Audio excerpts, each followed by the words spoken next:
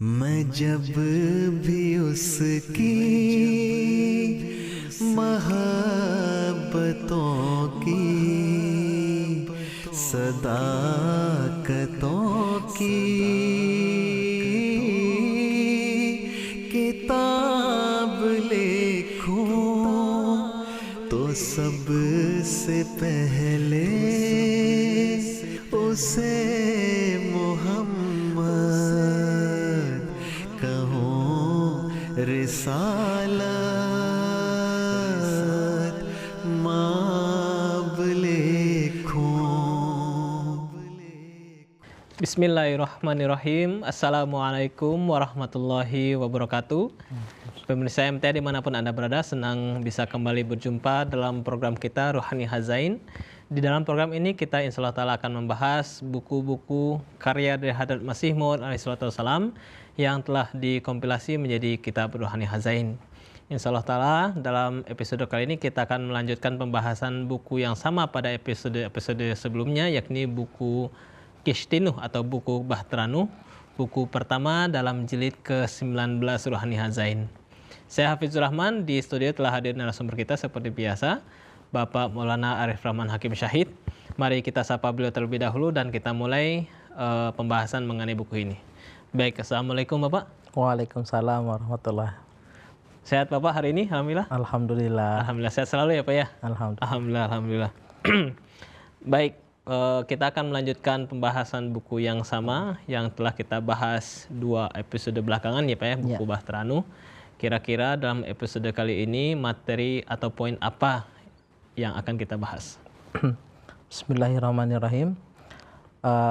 Untuk episode kali ini kita akan membahas beberapa atau akhir dari pembahasan kita tentunya, karena ini sedikit berkenaan dengan kebanyakan sih nasihat ya. Tetapi untuk yang di awal-awal itu nanti kita akan membahas berkenaan dengan apa yang disampaikan oleh Hadrat Masih Maud salam di sini, yaitu tentang ketinggian Al-Quran. Terus di sini beliau juga menyampaikan ada ada tafsir yang beliau sampaikan yang mungkin bisa menjadi pegangan kita ya, berkenaan dengan ihdinas siratal mustaqim, yaitu salah satu dari ayat dari surah Al-Fatihah. Tapi ini beliau menyimpulkan ini sebenarnya tafsir dari surah Al-Fatihah. Terus kita akan membahas berkenaan dengan kedudukan sunnah dan hadis ya, dan nanti kita akan membahas atau saya akan menyampaikan beberapa nasihat-nasihat yang beliau sampaikan dalam buku Kishtinuh ini. Baik, ada kurang lebih 4 poin ya Pak ya akan kita bahas dalam episode kali ini. Kita mulai di poin pertama mengenai ketinggian Al-Quran. Bagaimana Hadrat Masih Maud membahas mengenai hal ini? Nah, berkenaan dengan ketinggian Al-Quran ini, di dalam buku Kishtinuh ini beliau menyampaikan bahwa beliau mendengar ada orang-orang yang tidak menerima hadis, tentunya ya. Ada yang tidak menerima hadis, dan ada pula mereka yang meninggikan hadis atau menempatkan kedudukan hadis lebih tinggi daripada Al-Quran. Nah, di sini beliau menyampaikan bahwa Al-Quran itu adalah suatu, sebagaimana yang sebelumnya kita bahas, bagaimana kemudian Al-Quran ya, bahwa Al-Quran itu adalah sumber kehidupan bagi manusia ya, sumber kehidupan manusia. Tentunya kita sebagai seorang mukmin itu adalah sumber kehidupan kita. Dan yang selanjutnya adalah bagaimana beliau menyampaikan bahwa apapun yang akan kita dapatkan, apa yang kita ingin lakukan di kehidupan kita ini, itu kebaikan-kebaikan itu kita akan dapatkan rinciannya dalam Al-Quran. Dan bagaimana setelah kita melakukan kebaikan itu kita akan mendapatkan reward, pahala-pahala, yang tentunya ya sebenarnya kita melakukan kebaikan itu bukan untuk pahala ya. Kita lillahi ta'ala melakukan kebaikan itu adalah untuk demi-demi untuk mencari ridho Allah Ta'ala. Kemudian di sini beliau menyampaikan bahwa beliau dalam Al-Quran Allah Ta'ala berfirman bahwa al-khairu kulluhu fil Quran. Jadi semua kebaikan itu dalam Al-Quran. Ini adalah kesimpulan daripada kebaikan-kebaikan itu semua itu kita akan dapatkan dalam Al-Qur'an. Nah, kita akan bisa makanya Al-Qur'an ini disebut Al-Furqan, bagaimana untuk membedakan antara yang hak dengan yang batil. Kemudian di sini setelah beliau menyampaikan berdasarkan berkenaan dengan ini, beliau menyampaikan bagaimana kita itu memiliki 3 pegangan. Ya, kita itu memiliki 3 pegangan. Yang pertama adalah sebagai seorang muslim, seorang mukmin, kita ada 3 pegangan dalam kehidupan ini. Yang pertama adalah Al-Qur'an, yang kedua adalah sunnah, kemudian hadis, ya. Satu hal yang menarik di sini beliau menjelaskan mengenai ketinggian Al-Quran kepada mereka yang lebih meninggikan hadis daripada Al-Quran ya Pak ya. Iya. Bahkan ada yang ya tidak menerima tidak menerima hadis. hadis ya, ya begitu. Dan di sini Hadrat Masih Maud menjelaskan bahwa Al-Quran itu adalah sumber kehidupan dan segala jenis kebaikan itu. Tidak ada satu jenis kebaikan pun yang tidak ada di dalam Al-Quran ya Pak ya. Maka di Al-Quran juga disebut sebagai Al-Furqan.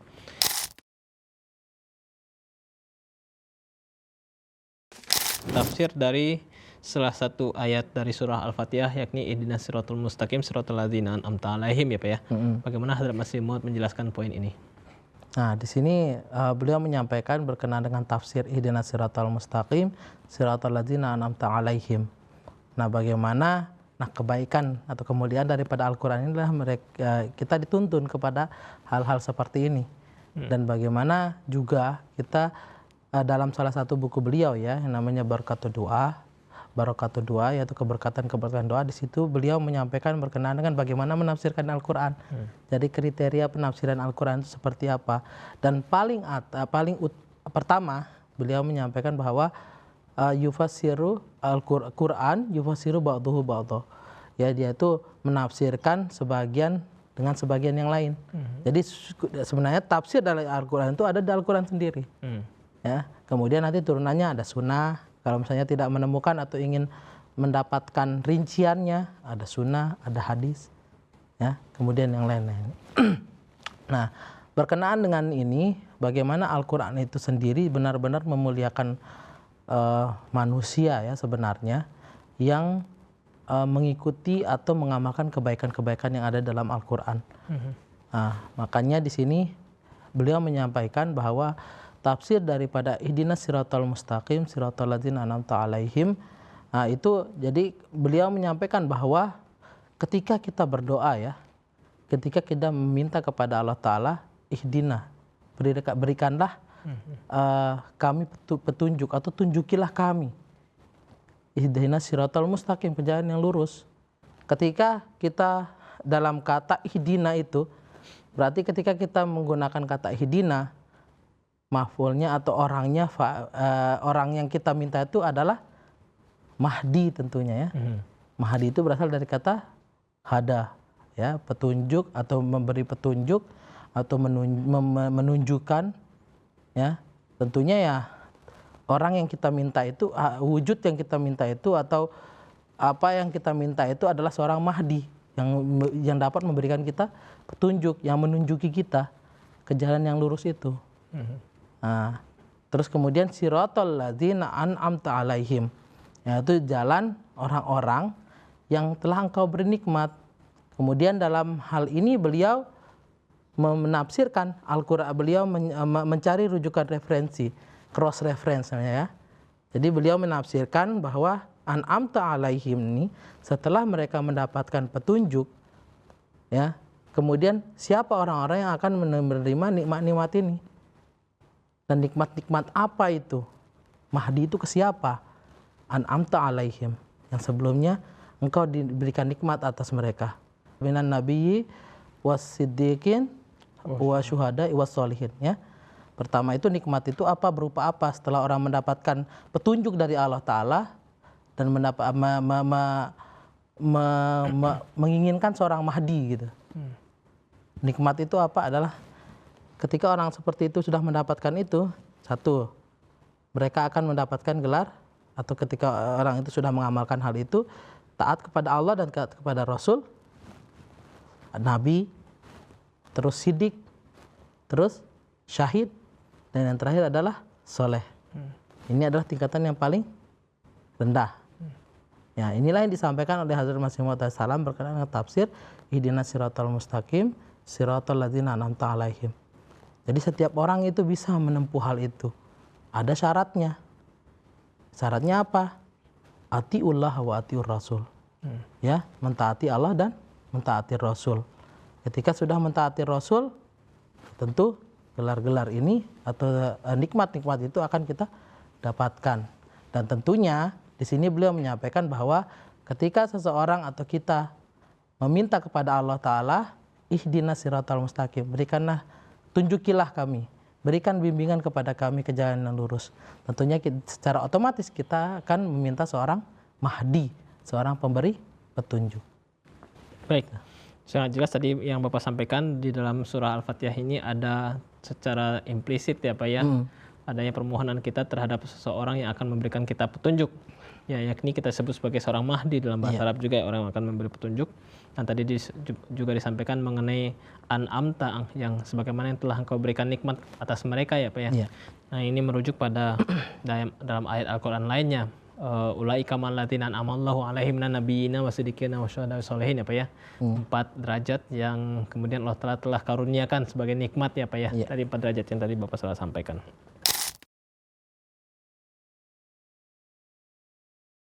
Kemudian mengenai kedudukan sunnah dan hadis, bagaimana Hazrat Masih Maud menjelaskan hal ini? Nah, di sini kita akan kalau kita sudah membicarakan berkenaan dengan sunnah dan hadis, berarti ini ada hukum yang kita bicarakan. Nah, sebagaimana yang pertama tadi saya sampaikan di awal bahwa kita memiliki 3 pegangan utama ini ya. Yang pertama adalah Quran, kemudian sunnah dan hadis. Sebelumnya Quran itu kita sudah tahu, sudah jelas bahwa Quran adalah kitab suci atau yang berisi wahyu-wahyu ilham-ilham dari Allah Ta'ala sebagai petunjuk untuk umat manusia tentunya ya. Terus dan di situ memang hukum, perintah dan larangan ada di dalamnya. Kemudian inilah pelajaran-pelajaran hidup. Kemudian yang selanjutnya adalah sunnah. Sunnah ini apa? Sunnah itu adalah perbuatan Rasulullah SAW. Ya, perbuatan dan amalan-amalan yang dilakukan oleh Rasulullah SAW. Dan sunnah ini merupakan tafsir atau amalan yang beliau perlihatkan atau contohkan atau penjelasan daripada Al-Quran sendiri. Jadi ketika ayat Al-Quran turun, wahyu dari Allah Ta'ala turun kepada Rasulullah SAW, pertama kali Rasulullah SAW menjelaskan kepada orang-orang berkenaan dengan wahyu itu melalui perbuatan beliau SAW, melalui sunnah ini. Ya. Kemudian ada hadis. Hadis adalah perkataan-perkataan daripada Rasulullah SAW kemudian dibukukan. Sunnah dan hadis ini tidak bisa disatukan. Tapi sunnah ini merupakan perbuatan langsung daripada Rasulullah SAW yang dijelaskan di dalam hadis. Ya, jadi kalau misalnya sunnah kita berikan kedudukan bersamaan dengan hadis itu sudah di bawah sunnah. Maksudnya sunnah dulu baru hadis. Karena sunnah ini adalah merupakan tafsir langsung daripada Al-Quran Karim. Kemudian dijelaskan atau ditulis di dalam hadis. Di hadis ini bisa kita bilang catatan apa-apa yang dilakukan oleh Rasulullah SAW, apa-apa yang diucapkan oleh Rasulullah SAW. Nah, kedudukan sunnah ini tentunya itu ada di bawah dan memiliki kepentingan keutamaan setelah Al-Quran. Karena apa? Dan hadis tentunya ya. Pertama, ketika kita ingin membuktikan sesuatu, di sini beliau menyampaikan berkenaan dengan membuktikan suatu nubuatan dalam buku ini. Ketika nubuatan itu dalam hadis kita tidak temukan kebenarannya, atau banyak yang mengatakan ini dhaif, ini mardud ya, atau ini tidak sahih ya. Tetapi ketika nubuatan itu atau hadis itu didukung oleh Al-Quran, ada dukungannya atau ada penjelasannya dalam Al-Quran, maka itu tidak lagi dia dhaif. Karena dia punya pendukung, Al-Quran yang mendukung. Tetapi ketika hadis atau nubuatan itu tidak kita temukan dalam Al-Quran, berarti itu yang bisa dibilang batil atau yang ditolak gitu ya, atau doif, tidak sahih. Ya, tentunya kita harus menggunakan acuan adalah Quran dan Sunnah.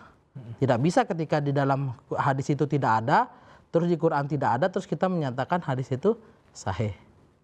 Ya, itu berkenaan dengan nubuatan. Makanya ketika beliau menyampaikan apapun berkenaan dengan nubuatan kedatangan beliau alaihissalatu wassalam, tapi semua itu didukung oleh Al-Quran, maka semuanya itu akan menjadi sahih. Nah itulah ada hadis-hadis, di dalam hadis itu ada hadis ahad ya, ada hadis ini. Tapi kalau kebanyakan hadis-hadis yang mendukung, yang menyampaikan berkenaan dengan kedatangan nubuatan kedatangan beliau itu adalah bersumber dari hadis ahad.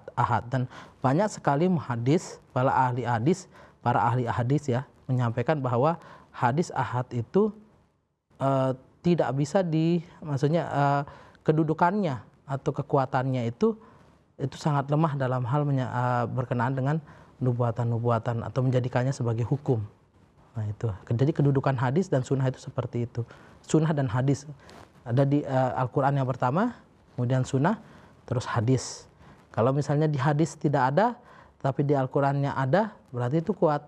Tapi kalau misalnya di hadisnya ada terus didukung oleh Al-Quran, makin kuat lagi. Tapi kalau tidak ada di Al-Quran, di hadis ada, itu masih kita pertanyakan dan kita harus uji kesahihan daripada hadis itu. Ya, baik.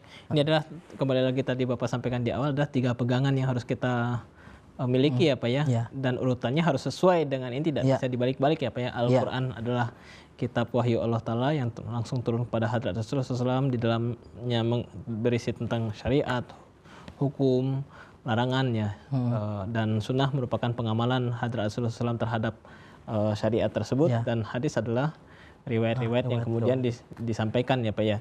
Dan di sini poin yang terakhir yang tadi Bapak sampaikan sangat menarik, bahwa hadis itu tidak bisa berperan sebagai pembenaran Al-Quran.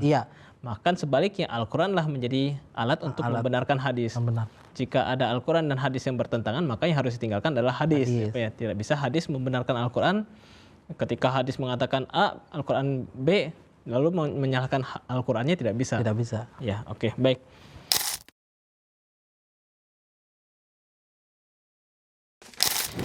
Yang terakhir adalah nasihat-nasihat dari Hadrat Masih Maud SAW. Apa saja nasihat-nasihat yang beliau sampaikan di dalam buku ini? Nasihat-nasihat yang beliau sampaikan itu memang banyak sekali ya, nasihat-nasihat beliau ini. Tapi ada beberapa nasihat yang mungkin yang sangat relate dengan kehidupan kita saat ini. Pertama ingin saya sampaikan berkenaan dengan di sini bahwa kenapa kita harus membaca buku Bahtera Nuh ini atau Kishti Nuh ini. Di sini Hadrat Aqdas Masih Maud alaihissalam bersabda dalam Malfuzat ya, jilid ke-4 halaman 232 sampai 233, beliau menyampaikan bahwa mene ek kitab likhi hai Kishti Nuh ya, saya telah menulis satu kitab yaitu Kishti Nuh. Is Kishti Nuh ko bar-bar padho. Nah di sini perlu kita ini ya sampaikan kepada seluruh anggota jemaat bahwa beliau menyampaikan bahwa is Kishti Nuh ko bar-bar padho. Jadi bacalah buku Kishti Nuh atau Bahtera Nuh ini berulang-ulang kali ya. Isme tumhare liye nasai hai. Jadi karena di dalam buku ini banyak sekali nasihat-nasihat bagi kalian. Makanya untuk para pemuda tentunya ya, para pemuda Ahmadi, pemuda atau pemudi Ahmadi, nasihat-nasihat ini perlu mereka baca dan amalkan tentunya. Dan salah satu yang ini saya ambil salah satunya beberapa ya dari nasihat beliau. Yang pertama adalah jangan membebek kepada kaum lain. Nah ini terjadi kan saat ini, bagaimana pemuda-pemudi kita terutama di Indonesia ini, mereka sudah mengikuti budaya adat daripada kaum yang lain ya. Karena kan dalam hadis juga Rasulullah SAW pernah bersabda, apabila kalian mengikuti budaya atau adat orang lain, maka kalian akan menjadi daripada kaum itu sendiri. Nah makanya kita hendaknya jangan mengikutinya, dan kita tentunya harus berpakaian atau melakukan semua hal sesuai dengan budaya itu, sesuai dengan syariat Islam tentunya. Jadi jangan sampai tradisi itu malah di atas syariat Jadi kalau harus syariat itu yang harus bisa menjadi tameng bagi tradisi itu. Terus kemudian di sini beliau menyampaikan nasihat yang selanjutnya, yaitu jangan puas dengan hikayat-hikayat. Jadi kita selalu membaca mungkin kitab suci yang lain, di sana banyak sekali hikayat, cerita-cerita berkenaan dengan ini. Tapi kita hanya puas saja dengan setelah membacanya kita merasa terharu. Tapi makanya di sini beliau menyampaikan ketika kalian sudah membaca itu, membaca misalnya Al-Quran, di dalamnya ada hikayat-hikayat, cerita-cerita, amalkan juga tentunya. Jadi Islam atau Bible itu tidak hanya berisi hikayat atau cerita-cerita, tapi itu adalah pelajaran hidup yang harus kalian ikuti juga di kehidupan kalian. Kemudian yang selanjutnya adalah sarana untuk memperoleh kesucian ialah sholat. Ya, sarana untuk memperoleh kesucian ialah sholat. Yaitu di sini beliau jelas sekali bersabda bahwa itu adalah salah satu-satunya sarana. Adalah sholat, tentunya sholat yang benar-benar ya, sholat yang baik. Dan di sini beliau menyampaikan bagaimana kehidupan kita sehari-hari itu relate dengan bagaimana beliau menyampaikannya menggunakan analogi ya, dalam buku beliau ini, Kistino ini, berkenaan dengan bagaimana analoginya seperti sholat subuh, sholat zuhur, asar, maghrib, isya. Di sini kita bisa baca dalam buku ini. Dan memang sarana untuk mencapai kesucian itu di sini beliau hanya menyebutkan bahwa itu adalah sholat. Jadi janganlah meninggalkan sholat. Dan tentunya sholat itu sholat yang tidak membuat kita menjadi celaka. Karena ada dalam Al-Quran juga menyatakan wailul lil musallin. Jadi celaka bagi orang-orang yang sholat justru. Tentunya kita harus sholat itu ya sesuai dengan tidak untuk pamer, tapi memang benar-benar beribadah kepada Allah Ta'ala. Kemudian di sini yang terakhir yang saya ambil di sini berkenaan dengan nasihat, yaitu di sini beliau menyampaikan berkenaan dengan sejumput nasihat bagi kaum wanita. Ya, di sini jelas sekali, tapi ada beberapa penjelasan beliau berkenaan dengan nasihat bagi kaum wanita. Yang pertama yang saya baca di sini yang dapatkan yaitu berkenaan dengan poligami. Ya, di sini memang wanita itu ada beberapa wanita yang di sini beliau menyampaikan pada zaman kita ini beberapa bid'ah tertentu telah menjalar mempengaruhi kaum wanita juga. Mereka memandang dengan pandangan amat buruk terhadap masalah poligami. Ya, jadi setiap wanita itu tentunya ya fitrat mereka tidak mau diduakan ya. Tapi tentunya poligami ini atau beristri lebih dari satu, itu adalah di sini beliau menyampaikan bahwa itu adalah obat. Tentunya hanya untuk orang yang sakit. Orang yang sakit itu yang seperti apa? Ada kriteria-kriterianya. Misalnya tidak memiliki keturunan. Dari yang pertama, obatnya adalah mencari yang kedua, gitu ya. Terus misalnya sakit. Nah, jadi misalnya kalau istrinya sakit atau seorang wanita itu sakit atau suaminya sakit, gitu ya. Suaminya sakit atau istrinya sakit, ya tapi tentunya di sini untuk kaum wanita dulu ya. Kalau istrinya sakit terus tidak sakit menahun gitu, terus tidak bisa memenuhi kebutuhan biologis daripada suaminya, ya obatnya adalah mencari yang lainnya. Ya tentunya dengan syariat, tentunya dengan harus menikah ya. Kemudian itu salah satunya tentang poligami. Tapi ya ini benar-benar ini sangat sensitif bagi kaum wanita ya, bagi kaum wanita, tapi benar-benar memang harus dipelajari berkenaan dengan poligami ini. Tapi di sini beliau menyampaikan bahwa wanita yang melalui atau menginginkan ridho Allah Ta'ala, mengizinkan suaminya karena ingin mengobati suaminya dari penyakit-penyakit yang menyebabkan ini adalah menyebabkan poligami ini adalah obat gitu, dan dia mengizinkan rela dengan demi ridho Allah Ta'ala. Ketika dia ridho suaminya itu untuk menikah kembali misalnya, maka satu-satunya tempat mereka adalah surga. Ya.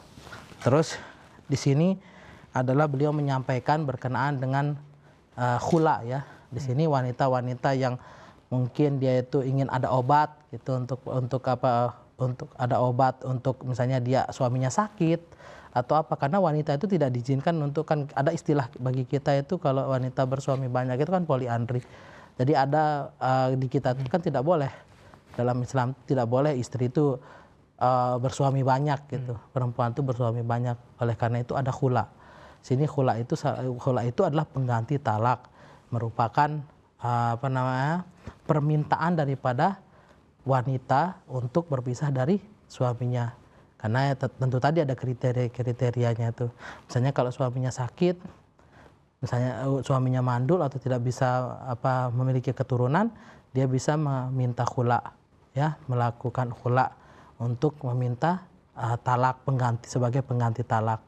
Ya, di sini khula itu supaya dia itu ketika khula sudah diputuskan, dia meminta khula dan sudah diputuskan oleh pengadilan misalnya, itu sudah terpisah. Jadi dia bisa mencari atau menikah lagi gitu, supaya dia bisa mendapatkan keturunan kah, atau kebutuhan biologisnya juga terpenuhi kah, seperti itu. Jadi ini nasihat-nasihat yang disampaikan oleh Hadrat Masih Maud Salam beberapa ya dalam buku beliau ini ya, dalam buku Kistinu ini. Dan sudah disampaikan bahwa kepada kaum pemuda-pemudi Ahmadi, para khudam, pada lajnah yang masih muda gitu ya, mereka hendaknya berulang kali membaca buku Bahteranu ini, membaca buku Kistinu ini, karena di sini sangat banyak nasihat-nasihat bagi mereka dan bagi pemuda atau pemudi yang mereka bertobat di saat muda mereka, itu akan menjadi sarana keridhaan daripada atau kesenangan dari Allah Ta'ala. Karena Allah Ta'ala sangat mencintai atau menyenangi para pemuda yang bertobat di masa mudanya. Baik, sangat dalam sekali nasihat dari Hadrat Masih Maud yang tentunya banyak ya Pak ya. Banyak sekali yang beliau sampaikan di dalam buku ini, dan tentunya kembali lagi petunjuk yang beliau sampaikan hendaknya kita berusaha untuk membaca buku ini berkali-kali ya Pak. Barbar ya Pak ya, berkali-kali. Mudah-mudahan kita semua diberikan taufik ya Pak ya. Amin. Agar dapat membaca buku ya Bahteranu ini, Kistinu ini berulang kali dan mencoba berusaha untuk mengamalkan setiap nasihat yang beliau sampaikan. Sebagaimana judulnya juga kan? Iya, sebagaimana judulnya, memberikan keselamatan. Dawatul iman, takwiyatul iman. Iya. Untuk menguatkan atau membangkit keimanan. Untuk keimanan ya Pak ya tentunya. Baik. Sekali lagi jazakallah Bapak. Kita telah membahas satu buku ini selesai dalam 3 episode ya. Mudah-mudahan sangat bermanfaat untuk para pemirsa kita. Amin. Baik, pemirsa MTA dimanapun Anda berada, demikianlah pembahasan kita mengenai buku Kistinu atau buku Bahteranu. Mudah-mudahan kita semua dapat mengambil manfaat dan pelajaran dari penjelasan Hadrat Masih Maud di dalam buku ini. Saya Hafizur Rahman beserta kru yang bertugas mohon undur diri. Wabillahi taufiq wal hidayah. Assalamualaikum warahmatullahi wabarakatuh. Waalaikumsalam. Semoga diminum panjang haus. मोहब्बतों की किताब ले मत कहो रिसाल